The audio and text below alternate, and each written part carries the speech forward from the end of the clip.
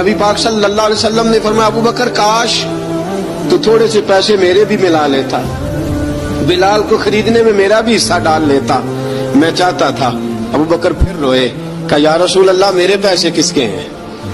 آقا میں بھی آپ کا، یہ بھی آپ کے۔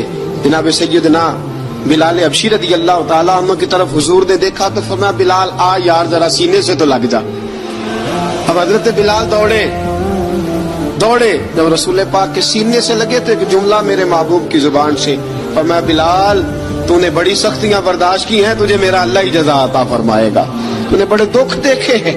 اب سیدنا بلال تڑپے، رسول پاک صلی اللہ تعالی علیہ وسلم بھی روئے۔ حضور نے اپنے ساتھ بٹھا لیا سیدنا بلال کو، حضور نے گھر پیغام بھیجا، فرمایا ختیجہ گھر میں کچھ ہے تو بھیجو، بلال آیا ہے۔ اب حضرت خدیجہ الکبریٰ اندر سے کیا آواز دیتی ہیں؟ کہتے ہیں حضور مبارک ہو، اللہ نے بلال کو آزادی عطا فرما دی۔ وفاشار بی بی اندر سے۔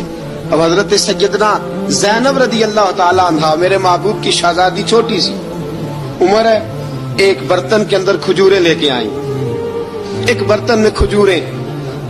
اب لا کے جب کھجوریں رکھی نا تو سیدنا صدیق اکبر نے ہاتھ بڑھایا کھجوریں اٹھانے کے لیے تاکہ میں دوں۔ حضور نے فرمایا نہ ابو بکر، بلال پہلے دن آیا ہے، پہلے تو نے جتنی خدمت کرنی تھی تو گھر کر کے آیا، میری باری ہے۔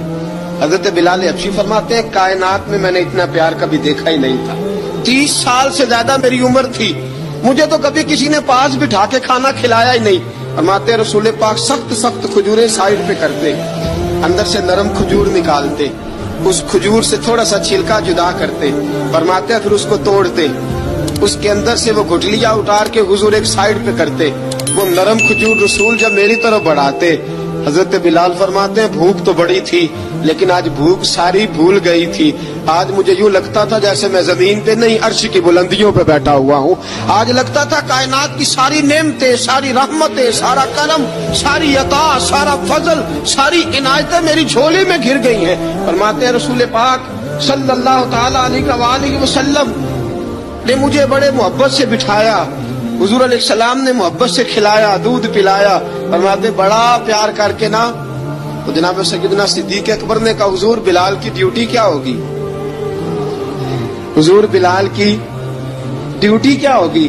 حضرت بلال کہنے لگے حضور میں فارغ رہنے کا تو عادی نہیں، میں تو جفا کا آدمی ہوں، محنت کرنے والا، ڈیوٹی کیا ہوگی؟